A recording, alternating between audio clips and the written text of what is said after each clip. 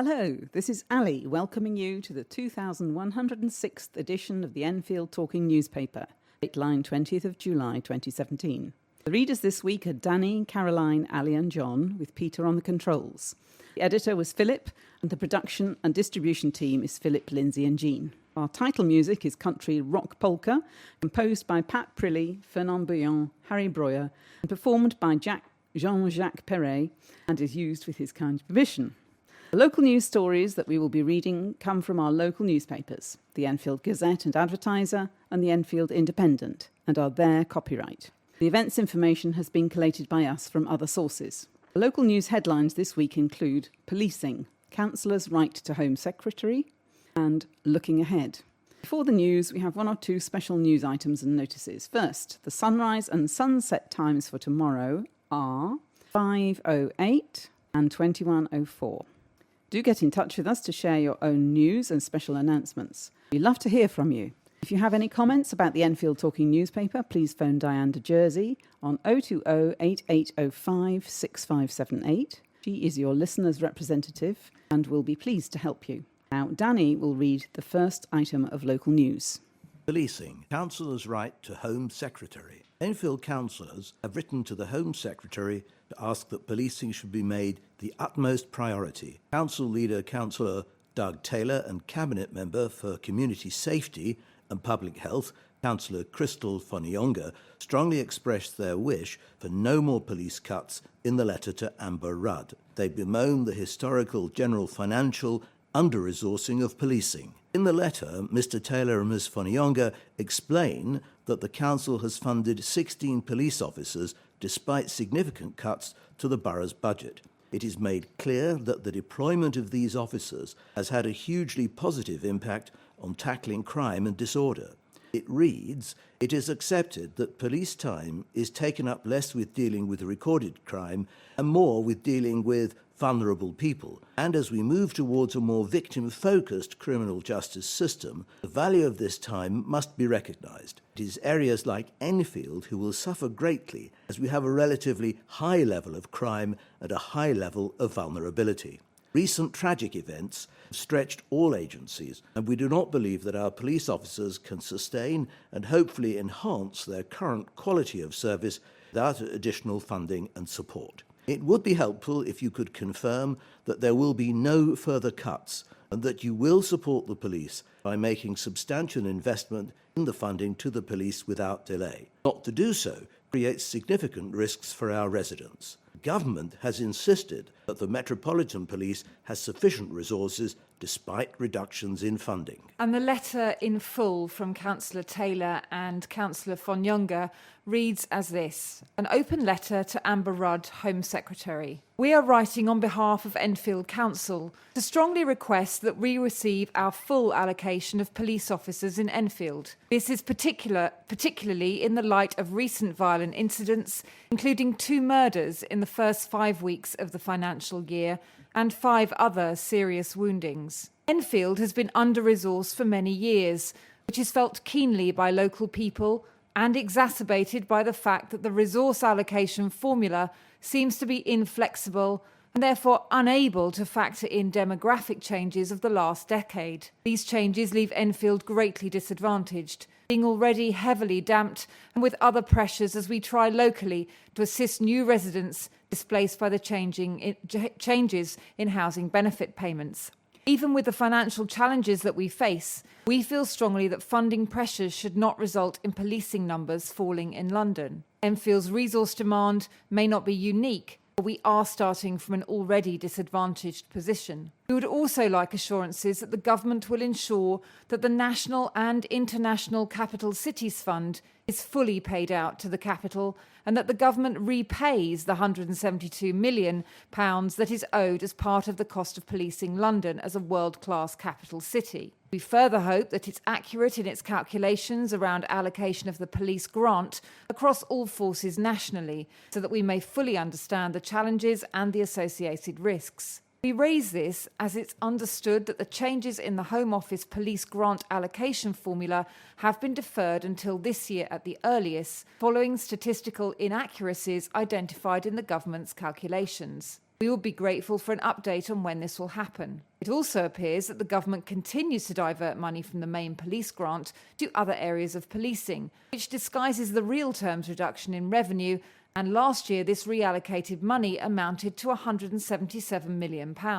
Please can you confirm this? It is accepted that police time is taken up less with dealing with recorded crime and more with dealing with vulnerable people. And as we move towards a more victim-focused criminal justice service, the value of this time must be recognised. It is areas like Enfield who will suffer greatly, as we have a relatively high level of crime and a high level of vulnerability. Recent tragic events have stretched all agencies, and we do not believe that our police officers can sustain and hopefully enhance their current quality of service without additional funding and support. It would be helpful if you could confirm that there will be no further cuts and that you will support the police by making a substantial investment in the funding to the police without delay. Not to do so creates significant risks for our residents. Despite severe cuts to our finances, we have invested in 16 additional police officers and have seen the great value of these teams combined with a positive impact of extra officers on the occasions when they are drafted into the area to assist with serious incidents or as part of planned operations. Extra officers do make a difference. In conclusion, we strongly urge that policing in London and nationally is given the utmost priority. We have all watched in admiration while brave officers risk their own safety to keep us safe, working 12-hour shifts and providing cover for their colleagues in other areas. Surely, it's time to invest in that dedication and the safety of our communities. Looking ahead, Council unveils town centre master plan, but Tories voice concerns. Major plans have been unveiled to overhaul Enfield town and fill it with bustling restaurants, pop-up shops and new modern flats fit for a vibrant future. Enfield Council released its draft Enfield Town Master Plan last week, a 20-year proposal to create a better future and create a truly 21st century market town. An artist impression shows Church Street lined not with empty shops, but new restaurants and cafe bars topped with bright awnings, modern flats and rooftop gardens. Another picture shows the long-shut Magistrates' Court at the bottom of Windmill Hill, the building dates back to 1900, transformed into a destination restaurant with flexible office studios above and people milling about. The proposals are set out in 3 stages, 0 to 5 years, 5 to 10 years, and then beyond. St Anne's Catholic High School for Girls in London Road, the Gennetin Road car park sites, and the Royal Mail building close to Enfield Town Railway Station are all earmarked for redevelopment.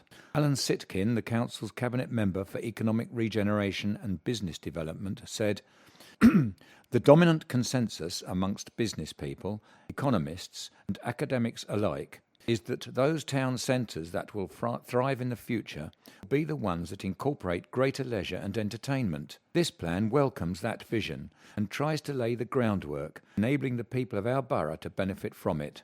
Let us be brave together, and populations yet unborn will thank us for the changes we make today." However, opposition councillors have slammed the Labour-led council's public consultation on the document. The timing of its release and the fact that there's only one public meeting have angered Tories. Joanne Laban, town ward councillor and leader of the Conservative group, said, "The future of Enfield Town is of great public interest, yet the council thinks only one 2-hour meeting is good enough for a consultation event. It really isn't.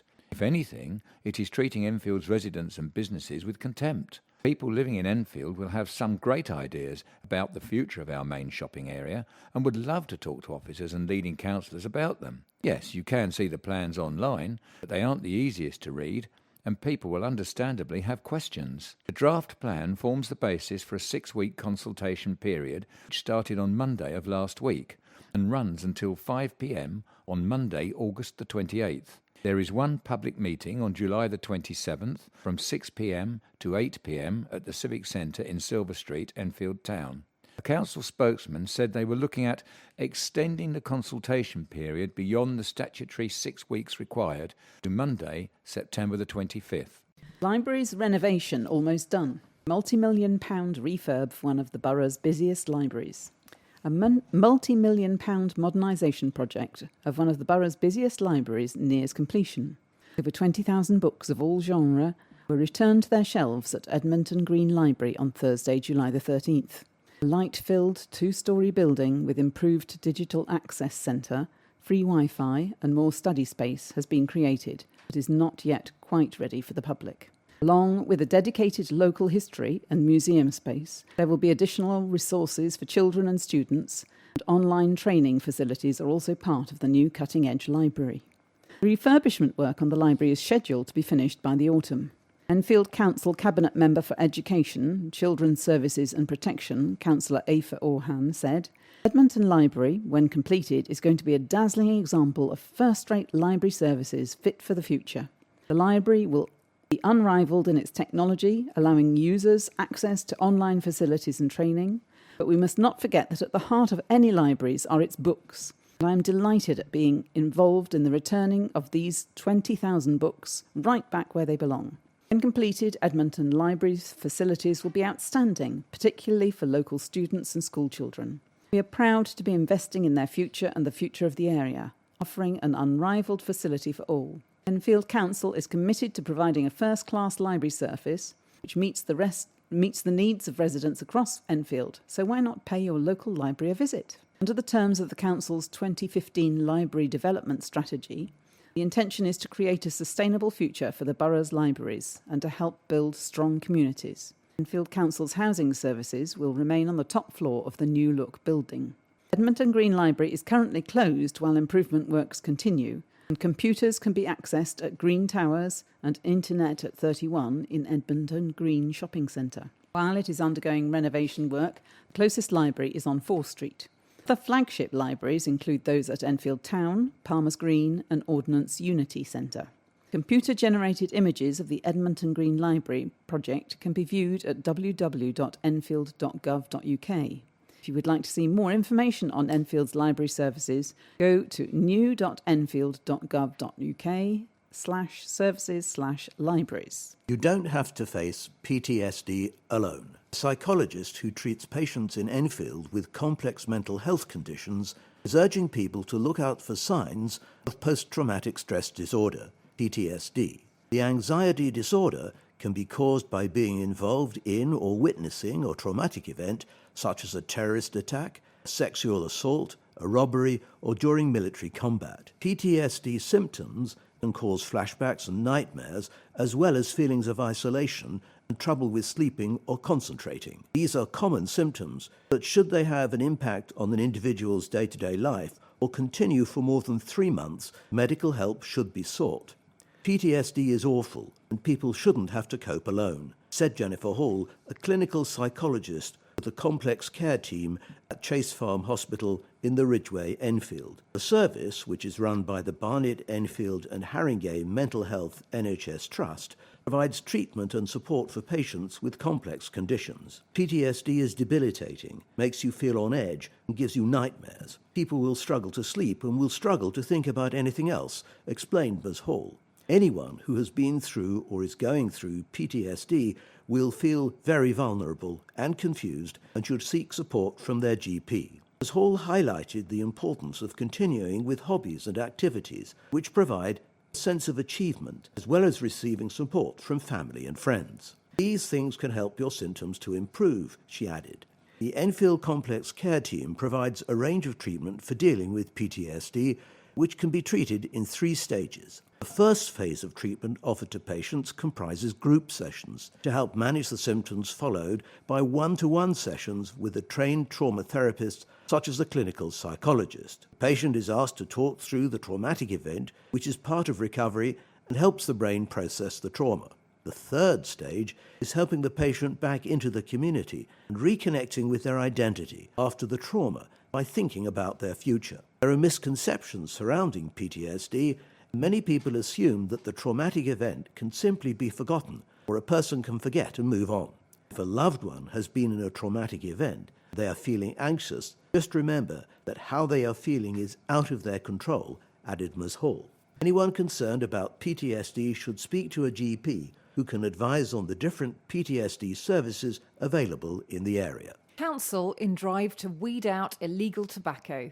campaign has been launched to help the public spot illegal tobacco. People were welcome to speak with council officers present on the day and to meet sniffer dogs that are essential to the success of the operation. Enfield Council Cabinet Member for Environment, Councillor Daniel Anderson, said, "Illegal tobacco has strong links with organised crime and criminal gangs who are involved in people smuggling, drug dealing and money laundering.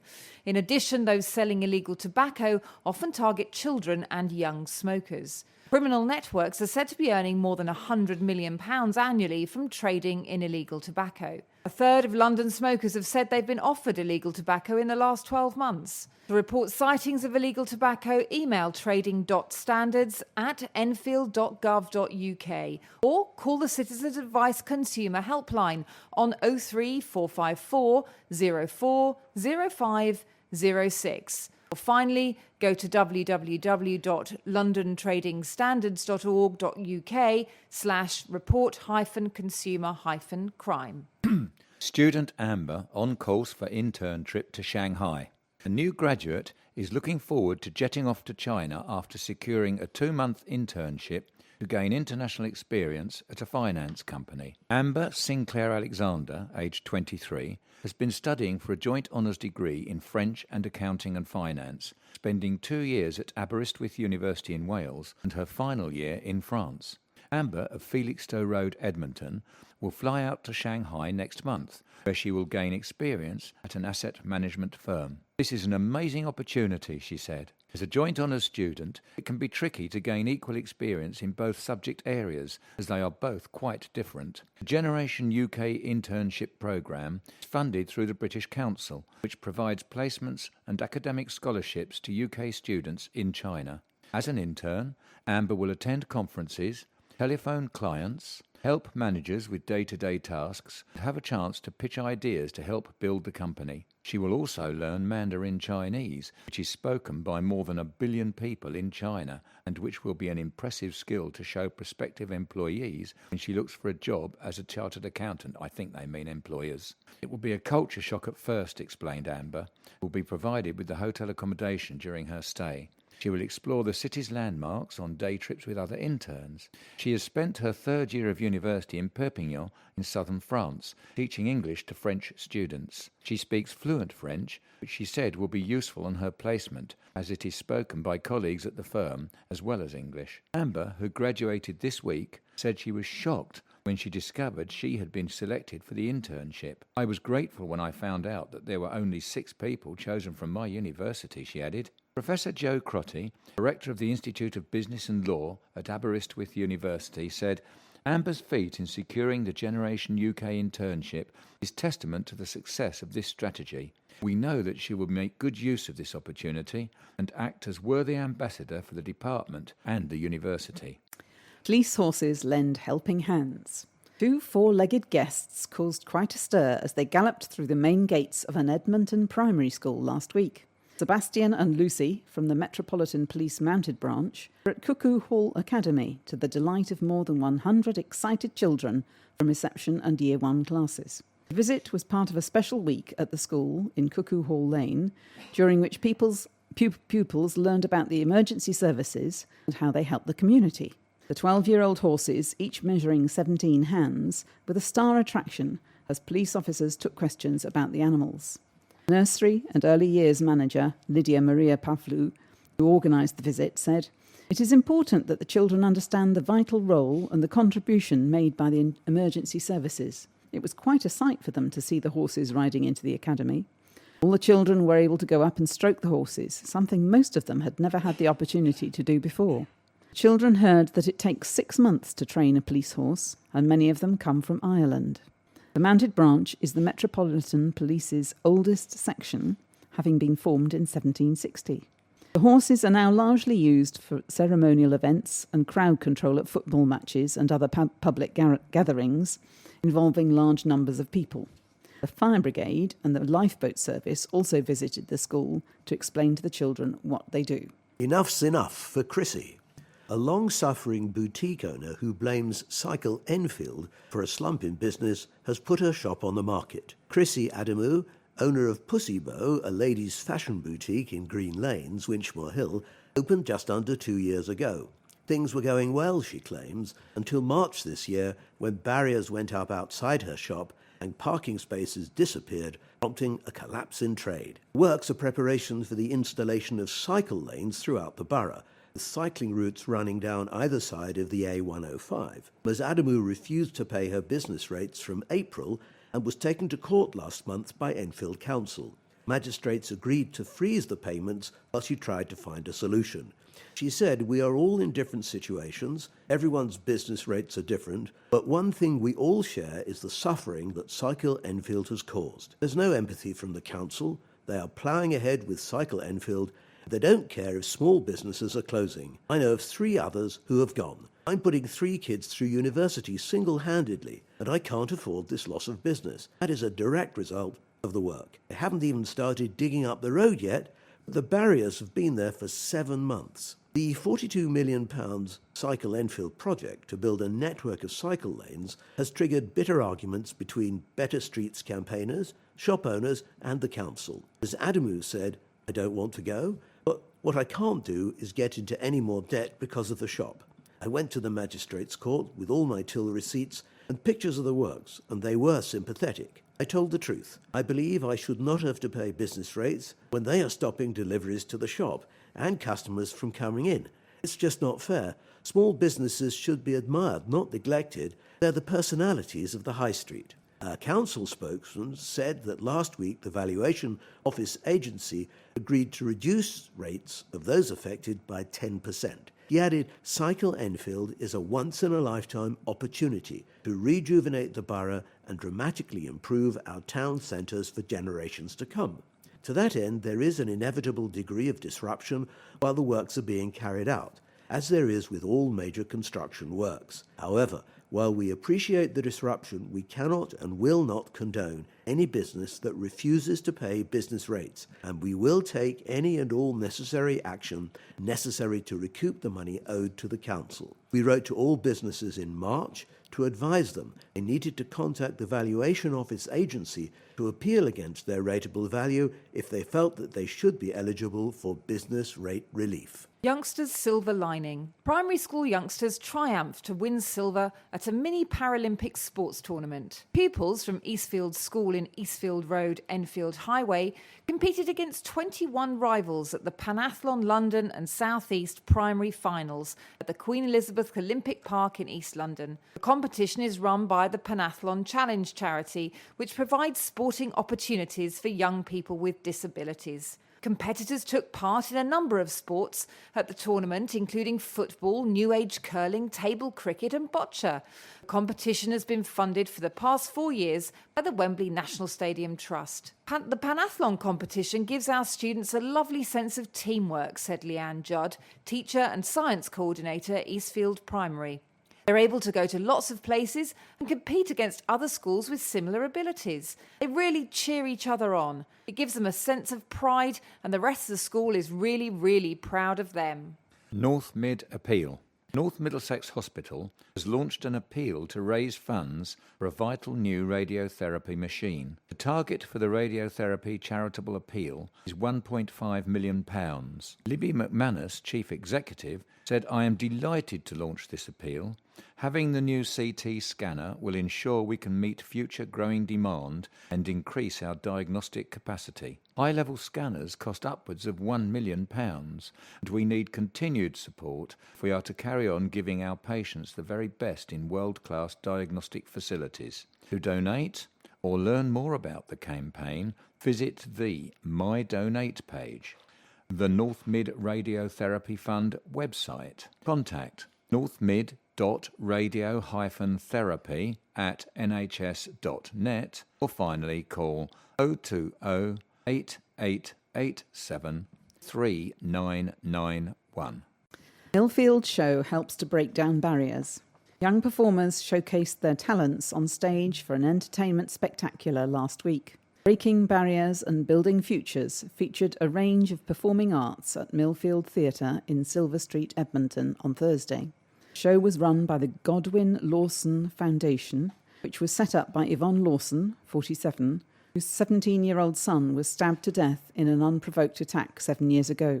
The charity educates and supports young people through an annual football tournament and workshops, as well as mentoring and team building activities. The performance evening celebrated the achievements of the Empowering Girls project, which provides support for teenagers at risk of knife and gang crime. The charity successfully bid for £49,420 from the People's Projects in partnership with the Big Lottery Fund, the National Lottery, ITV and STV to fund a year's project. Public vote online for a charity they want to receive the funding. The charity visited 3 secondary schools: St Anne's Catholic High School for Girls in Oakthorpe Road, Palmer's Green, Hornsey School for Girls in Haringey, and Walthamstow Academy in East London. It provided one-to-one mentoring along with workshops on confidence building, relationships, communication and leadership. The project aimed to educate young girls who were at risk of being exploited by gangs. We want to empower these girls to know that these things are unacceptable, explained Yvonne from Enfield Highway. It's important that every young person is aware of knife and gang crime. How are they meant to learn otherwise? I'm hoping we can take this project to all schools. Live acts on the night included 4-piece band JCP, Just Creative Production, who performed a range of music including Afrobeats and grime. Jermaine Jackman, who was an advocate for combating knife crime and won BBC's The Voice in 2014, sang on stage and offered advice to other performers. I felt really emotional, added Yvonne. To have seen these young people who couldn't talk to their peers at school and see them so confident now was incredible. University of Chicken Shed. Budding performers keen to learn their trade and get qualified at the same time can sign up for a degree course at Chicken Shed Theatre in Southgate. There are still spaces left on the foundation degree and BA Honours degree courses in inclusive performance that start in September. A spokeswoman for Chicken Shed in Chase Side said, "The best thing about our degree courses is that students are learning while participating in Chicken Shed's program of performance work, so studying in a working theatre. Our courses provide practical experience in all the disciplines which make up the inclusive performing arts, so music, dance, drama and musical theatre are all explored through a series of core and optional modules. Our students will have the opportunity to develop their skills individually and in a group before moving on to devising workshops and directing projects. Chicken Shed is renowned for its policy of inclusion. It has been recognised among the highest quality institutions in the UK, particularly as it is open to all groups of young people and students. The government's new TEF, Teaching Excellent Framework Awards last month, ranked more than 130 higher education institutions as either gold, silver or bronze for the quality of teaching they provide. Chicken Shed Theatre Trust, a designated alternative provider, received a silver award. To apply, contact Zoe Haynes at Chicken Shed on 020-8216-2729 or by email at zoeh, that's ZOEH, at chickenshed.org.uk. Everybody dance now. Cultures from across the world were celebrated through dance by primary school pupils at Forty Hall last week. Up to 400 youngsters took part in the annual Folk Dance Festival in the grounds of the Jacobean Mansion in Forty Hill, Enfield on Thursday. The opening of the event by Mayor of Enfield, Christine Hamilton, was followed by a farandole dance, which originates from southern France and involves joining hands to form a chain before winding in and out. Youngsters from 12 schools across the borough took part and took turns to showcase their cultural dances. Scottish country dance Strip the Willow was performed by Merryhills Primary in Bincote Road, Enfield, followed by a Zorba the Greek-style dance by Worcester's Primary in Goat Lane, Enfield. Pupils from Galliard School in Galliard Road, Edmonton, demonstrated how to dance round the maypole before other schools took part in workshops. Members of Winchmore Folk Dance Club, based at St Peter's Church in Vera Avenue Grange Park, and St Andrew's folk dancers from Trinity Church Hall in Church Street, Enfield, were also among the guests who attended the event. It was a privilege to see all the children dancing, said Marion Coram Ware, advisory teacher for special educational needs and dance at Enfield PE team, who helped to organise the event. And of course, it was about health and well-being. It wasn't a competition. Everyone joined in. Simba's a lifesaver. charity which trains man's best friend to sniff out cancers and life-threatening medical conditions in humans, has been handed a £33,200 windfall thanks to a care home for the elderly. No wonder Simba, the life-saving Labrador's tail was wagging when he and his owner, Carolyn Gatenby, visited Springview in Crescent Road, Enfield on Wednesday last week. The pair were there on behalf of the Medical Detection Dogs charity to receive a cheque for £11,200, which was the proceeds of fundraising activities by the home's residents, staff and volunteers. In addition, an anonymous donation of £22,000 was made by a friend of a resident who, acting as executor of a will, had been instructed to bequeath a sum to a worthy cause. Kathy Dunn, reception manager at Springview, who helped organise a range of fundraising activities including fetes, quizzes and tombolas, described what the dogs are trained to do as amazing. Simba is trained to sniff out the smallest changes in the blood sugar levels of his 56-year-old owner and alert Carolyn to take her insulin. If a diabetic's blood sugar level is low, they can have a seizure or lapse into a coma. The dogs are trained to alert owners by jumping up or licking them. Residents, staff and volunteers at the home were able to witness that firsthand when Carolyn's blood sugar level dropped and Simba gave her a timely reminder that she needed her insulin. Dogs are also trained to detect symptoms of nut allergies, Addison's disease, and POTS, which is postural tachycardia syndrome, the abnormal functioning of the involuntary nervous system, while specially trained biodetection dogs can sniff out cancer. Before Simba was placed with Carolyn, it was difficult for her to leave her house because she required regular insulin. She had no life prior to getting the dog, explained Kathy. It's nice to know our fundraising efforts will help change others' lives, she added. It's quite humbling. Pop those corks. Sparkling wine wins prestigious award. Forty Hall Vineyard has won this year's Boom Awards, Best of Organic Market Awards. Enfield-based community-run vineyard received the award from the Soil Association for Wine for its 2014 London Sparkling Brut. Volunteers worked the land that started producing enough organic grapes to manufacture wine 2 years ago. Paul Chalk, treasurer at Forty Hall Vineyard, said, "We are simply over the moon at winning this award. We are committed to producing sustainable organic wines of exceptional quality from our London-grown grapes. We'd like to thank our winemaker, Will Davenport, Papal Manor, College, Forty Hall Farm, and of course our talented team of volunteers for all their support." There were over 1,000 entries across various categories, and Forty Hall Vineyard won the wine category.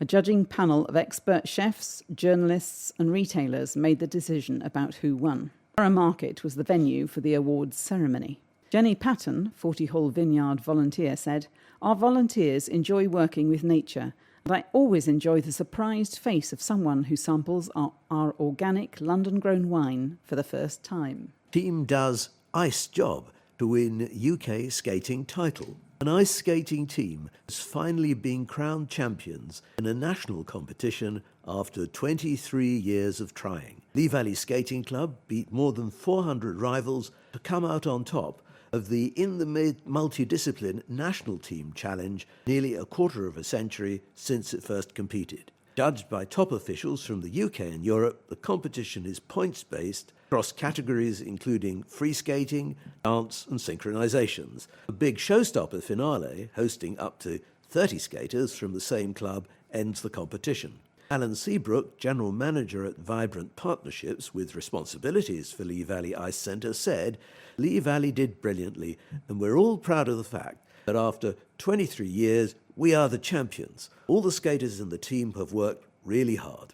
Borough's newly qualified teachers get VIP treatment for a special night out. Newly qualified teachers were given the VIP treatment at a special celebration marking their success after a year in the classroom. Hosted at the Millfield Theatre in Silver Street, Edmonton on Tuesday, July the 11th, 250 newly qualified teachers, NQTs, gathered at the Enfield Council organised event. To reach NQT status, Postgraduate Certificate of Education, PGCE holders, spend a year in the classroom under the watchful eyes of supervisors. Enfield Council guarantee the process is rigorous so that schools and teachers alike meet the Statutory Department for Education teaching standards requirements. requirements. Councillor Ifa Orhan, Enfield Council's Cabinet Member for Education, Children's Services and Protection, said, "I'd like to congratulate all of our newly qualified teachers and welcome them to a career in Enfield. Each year, we have a new intake of teachers starting their careers in Enfield schools, and we work really hard to ensure that they make a smooth transition from their time studying to working independently as teachers." Enfield Council's support programme is the envy of many local education authorities and helps us to attract new teachers from across the United Kingdom. This vital support means that the vast majority of our teachers choose to stay and pursue their careers in the borough and provide an excellent education for our children rather than move on to pastures new. NQTs learn sound teaching methods across a range of subjects and attend professional meetings. The borough is said to be a place of excellent schools and teachers, ideal for those wanting to train them work as teachers. Ofsted has rated 93% of schools in Enfield as good or outstanding. Enfield Council's School Standards and Support Service coordinates and delivers the teacher development programme that gives new educators access to help and advice. Visit www.enfieldsucceed.co.uk for further details about Enfield schools. Okay, so here are some details of what's on and some letters and comments. Audio description at Tate Modern. Join the Tate for a series of artist-led tours of the collection for blind and partially sighted visitors. Tours will use audio description, raised images, handling objects, and group discussion to discover new artworks and ideas. Wednesday the 26th of July with Sally Booth in the studio, exploring intimacy and intensity. Work made in the studio can be intimate or monumental. In this audio-described tour, visually impaired artist Sally Booth selects a variety of portraits, paintings and sculptures from the Tate collection, which explores themes of intimacy and intensity. Tours take place from 4 p.m. to 5:30 p.m. Join us in the community room from 3:30 p.m. for tea and cake. To find us, please come to the Blavatnik entrance on the south side of the building off Sumner Street. Community room is at the end of the terrace bar. No booking is required. This tour takes place seated in the gallery. Sighted companions and guide dogs are welcome. This event is fully supported by trained audio describers. Hearing loops and amplifiers are available. If you have other access needs that you would like to let us know about, please contact Anna Murray, Assistant Curator, access anna.murray@tate.org.uk or call 0207 887 8888. And next, a letter from Gordon Greenfield of Cockfosters Road. A misuse of my council tax cash. I have received a letter signed by my Conservative Cockfosters councillors because I am a new addition to the electoral register in their ward. I see this as a piece of party political one-upmanship, which is okay in itself, except that they have used Enfield Council-headed stationery, postage costs and resources to send it. Had the cost been borne out of Conservative Party resources, that would have been fair. However, I am not inclined to accept that my council tax payment goes in any way towards the promotion of any political party. And also some information about Ponders End High Street junction closure. Improvements to Ponders End High Street are being made from the 24th of July to the 1st of September.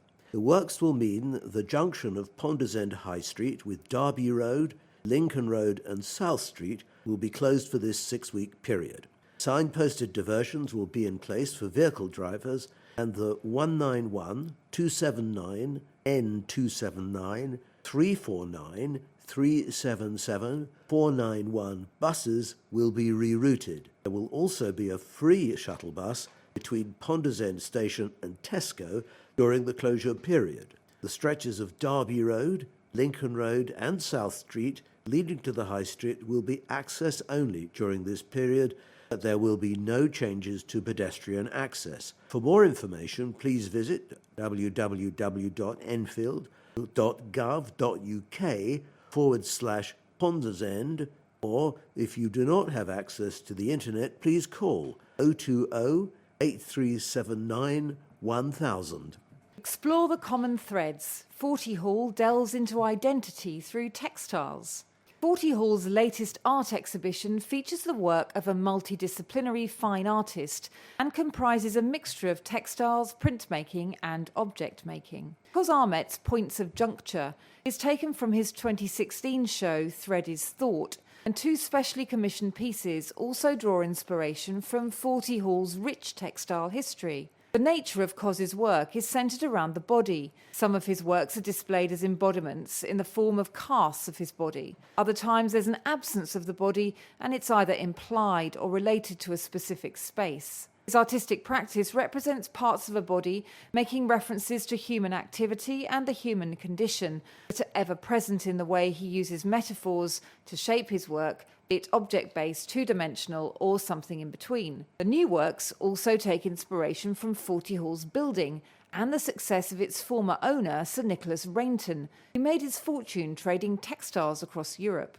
Cos studied constructed textiles at Middlesex University, specialising in woven tapestry. Now he combines tapestry with a range of disciplines in his practice that include work on paper, sculpture and object making. He has exhibited internationally and received the Theo Mormon Award for Weavers in 2016. He says his latest exhibition is inspired by metaphors that he believes represent the body and self. He says, "My starting point for the new works was inspired by and references Forty Hall's very existence, a place built upon a textile legacy. What emerged for me was a certain dialogue, a notion that the fabric or material had become the hall's symbol, forging itself a material identity. It also presented its own metaphor, which draws parallels with how I see the processes in my own practice, where metaphors such as thread as thought or warp as the skeleton to represent the body, self and identity." Hattis Abdullah, Forty Hall manager, added that the exhibition explores Forty Hall's rich heritage. He says, "Audiences responded well to last year's craft exhibition, What Do I Need to Make It Okay? And Points of Juncture builds upon that ongoing interest in contemporary crafts, reflecting Forty Hall's commitment to championing contemporary arts within a heritage setting. We hope that people will enjoy exploring the artworks in the period rooms and that their experience of the artwork adds value to their understanding of the hall's history." Points of Juncture runs from Thursday, July the 27th to Sunday, October the 22nd from 11 to 5 p.m. For more details, call 0208 363 8196 or visit fortyhallestate.co.uk. And I've got a couple of cultural items here too. The first one, under the heading "We Can Put Enfield in the Spotlight," is a letter from Joanne McCartney, the Enfield and Haringey London Assembly member. She writes, "I welcome the search for the first ever London Borough of Culture, announced by Mayor Sadiq Khan. More than £1 million is available to boroughs who come up with the best and brightest ideas to showcase their cultural heritage and futures. With strong communities and places like Chicken Shed Theatre, Millfield Theatre and Forty Hall, I am excited to see the exceptional ideas that will come out of Enfield. There is no doubt in my mind that through this competition we will not only find fresh new talent in Enfield, but also be able to bring some of the things we all know and love into the capital's and the country's spotlight." And then there's a column written by Lou Stein about the Chicken Shed Theatre. "It has been a blistering summer so far, and things could hardly be more exciting at Chicken Shed as we get ready to open with David Williams's The Midnight Gang. For the first time ever, we are presenting a major family show in the summer which will be performed in our main auditorium, the Rain Theatre. We are ready for the opening night, tonight he says Wednesday, which of course was last night. Being able to present the premiere of The Midnight Gang is a great coup for Chicken Shed, and we are thrilled that David Williams has allowed us to create a script based on his novel, which came out last year. The show is extremely funny and endearing and tells the story of 5 children on a hospital ward who band together to go on the adventure of their lives each and every night. They have to dodge hospital matrons, nervous doctors, and a host of David Williams-esque characters as they discover the importance of friendship and caring for others. We are definitely not leaving out our younger audiences this summer. For children aged 3 to 6, we will be performing The Jumble Book, inspired by the stories of Rudyard Kipling's much-loved Jungle Book. Our Tales from the Shed team have been delivering summer shows for the past 10 years, and now, new for 2017, they have put together a lovely piece where all the objects from a bric-a-brac stall come to life to tell a series of stories. With a combination of puppeteering and live actors, it will be a real delight. For those aged 3 and under, we will be presenting the Jumble Book Planet Play, which builds on our popular new strand of interactive sensory theatre. And finally, there's another art gallery which does special things.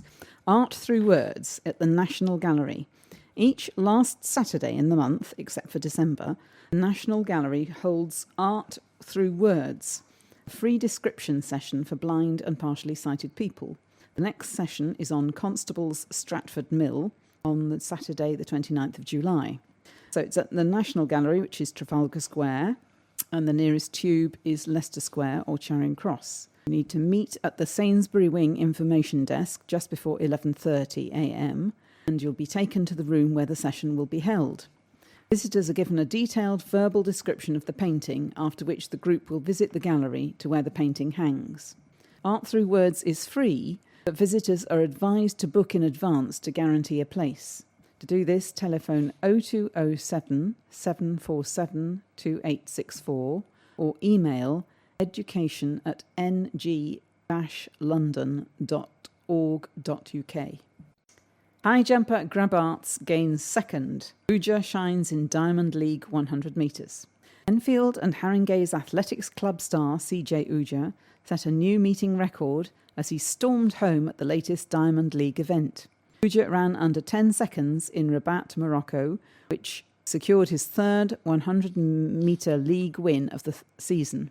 The 23-year-old achieved a season's best of 9.98 seconds and beat the record of 10.12 held by American Justin Gatlin. Uja was not far off his personal best of 9.96, which he gained in July 2015, as he finished 0.03 of a second ahead of second-placed Ben Youssef Maita, 10.01, of the Ivory Coast, with Britain's Nathaniel Mitchell-Blake third, who clocked a time of 10.18. He also won the 100 metres at the Rome and London meetings, which took place earlier this year. The athlete's fellow athletic club member Desiree Henry has also been selected to represent Great Britain at the London World Championships 2017, which will be held at the former Olympic Stadium next month.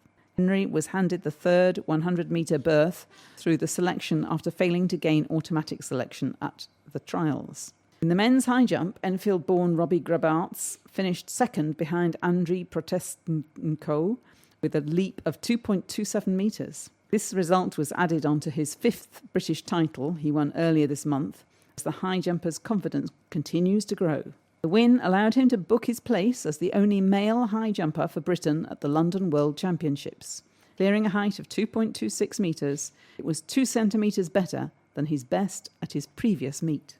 Manager Andy Leese provides fans with a pre-season update. Towners hit 6 against Amersham. Enfield Town's new era under Andy Leese and Darren Purse kicked off with a 6-0 friendly win over Amersham Town. Enfield's squad contained a number of trialists who were looking to impress the management team for a place in their side. One trialist opened the scoring after 3 minutes, side-footing in a pass from the right by Ryan Blake. 4 minutes later, Mickey Parcell added their second as he slotted home with a low right foot shot. Towners Joe Wright made one of his very few saves of the day when he kept out an effort from Amersham of the 12-minute mark. The visitors kept on the pressure, building a stream of attacks, which resulted in Amersham's keeper pushing a shot wide for a corner.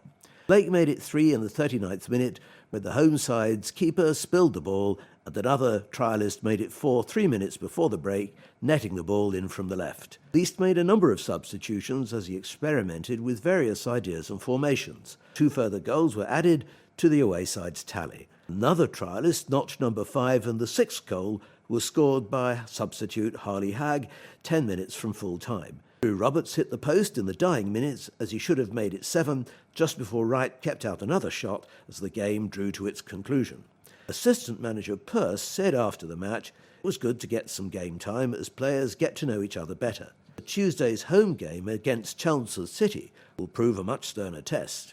Earlier last week, Lees gave the Towner fans an update on his pre-season thoughts. He told the club website, "Aaron and I are working hard to put together an almost new squad, following the departure of last month's squad. Pre-season work has been excellent in terms of the quality and demands we have made on the players. We've kept it lively, introduced some new work, and the response from the players has been first class," he continued. Pre-season has a habit of throwing up surprises, and we still have some work to do to get the balance in the squad we like.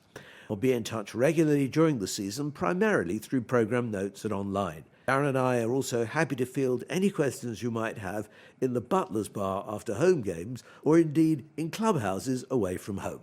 Desjardins pipped to first at Hartbridge Festival. Enfield-born dressage star Charlotte Desjardins was pipped to the post by Ampney St Peter rider Laura Butler at Hartbridge Festival of Dressage. Butler was the talk of the town when she usurped world number 1 Desjardins in the Andrews Bowen FEI CDI Intermediate 1 freestyle. The 32-year-old finished in second with a score of 78.050% on Hawkins Delicato, as Butler and Christian claimed 78.625%.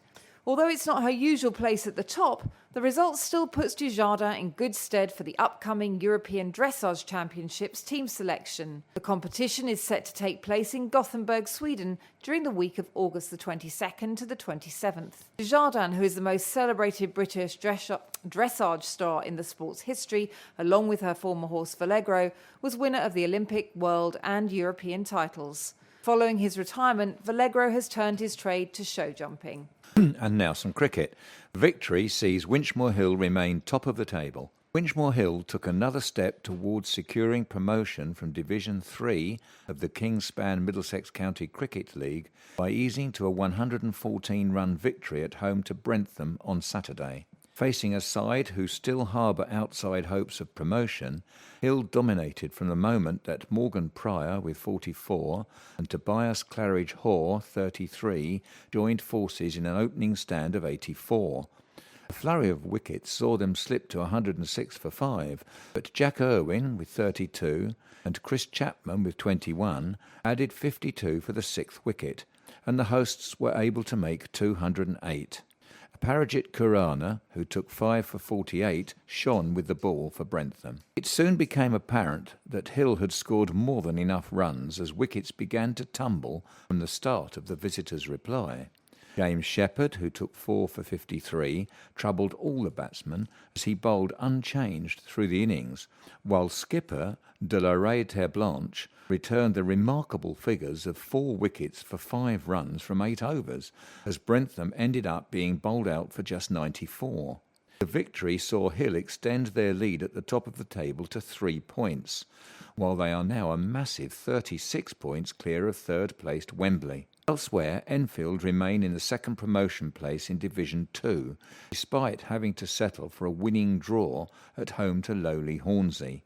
The hosts were frustrated by a fine innings from James Bull of 113, as Hornsey made 288, despite the best efforts of Les Edwards, who took 5 for 92, and Dan Amidi, who took 3 for 51.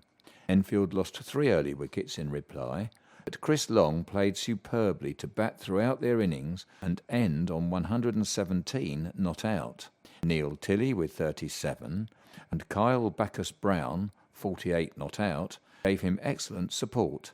And although the hosts never really looked like reaching their target, their faster rate of scoring enabled them to pick up the winning draw as they finished on 238 for 4 wickets. However, Southgate's fears of relegation from the Premier Division intensified as they were crushed by 148 runs at North Middlesex. Luke Holman with 73 and Rob Fahrenheim, 49, were the main contributors as North Middlesex declared on 220 for 9, and the visitors then struggled horribly with the bat in reply, eventually being dismissed for just 72 to leave them rooted to the foot of the table.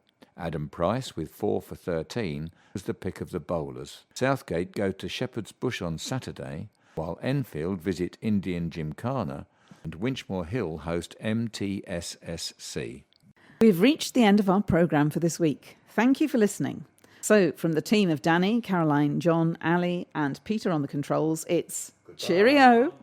Please remember to turn over the address label on your postal packet. Put the memory stick into the packet and return it to us as soon as possible in readiness for the next edition.